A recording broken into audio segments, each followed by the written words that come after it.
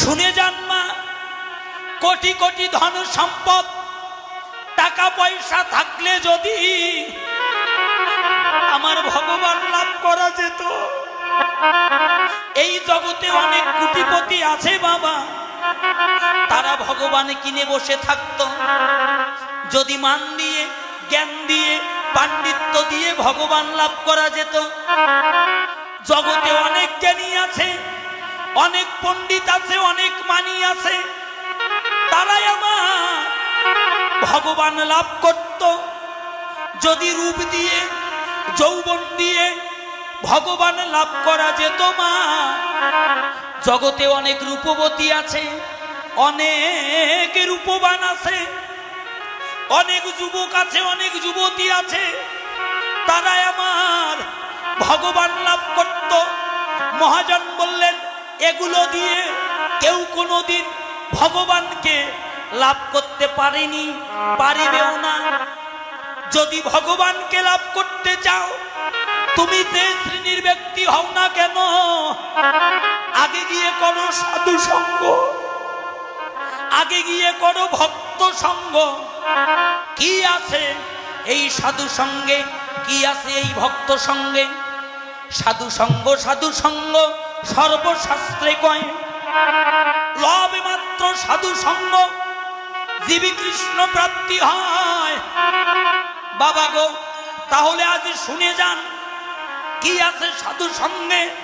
মহাজন বললেন, এই সাধু সঙ্গে এমন মহামূল্যবান তিনটি বস্তুই আছে বাবা।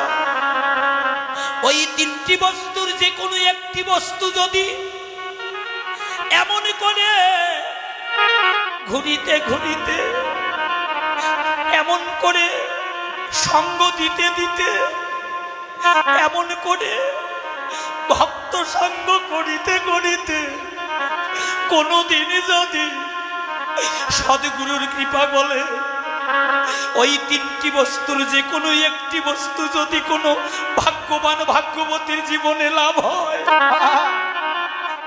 সেই জননায় আসে ভগবত ধামে যেতে পারবে। বস্তু তিনটি কি বাবা? ভক্তি শাস্ত্র টিকা দিল, ভক্ত পদ ধুলিয়া, ভক্ত পদ জল, ভক্তের ভোক্তা অবশেষে এই তিন বস্তু সাধনের। হরিবল হরিবল। প্রথমটা কি বাবা? প্রথমটা হলো ভক্তের পদধূলি, বৈষ্ণবের পদধূলি। এই ধূলি সামান্য বস্তু নয় বাবা।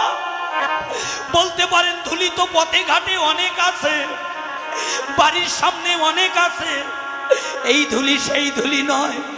এই ধূলি হলো বৈষ্ণব পদধূলি। বৈষ্ণবের ধূলি যদি পড়ে গঙ্গার জলে, গঙ্গা পবিত্র হয়, তা ভাগবতে বলে। বৈষ্ণবের ধূলি যদি কোনোদিন লাগে কোনো পাপীর গায়ে, পুষ্পরথে চড়ে পাপী বৈকুণ্ঠেতে যায়। মহাজন বললেন, কে বৈষ্ণব? বৈষ্ণবকে চিনিতে দেবাদিদেব মহাদেবও পারেনি বাবা। আর মানব হই আমরা কি করে বৈষ্ণব চিনব? মহাজন বলল, তুমি বিচার করো না, ধুলি মেখে যাও। ধুলি মাখতে মাখতে যদি কোনোদিন বৈষ্ণবের ধুলি তোমার অঙ্গে লাগে, তবে একদিন না একদিন তুমি বৈষ্ণবে রূপান্তরিত হবেই হবে। বলা তো যায় না এই আসরে কয়জন বৈষ্ণব আছে। ও বাবা, এসো আজ মান অভিমানে ভুলে গিয়ে এসো এসো ভক্তের চরণ ধুলি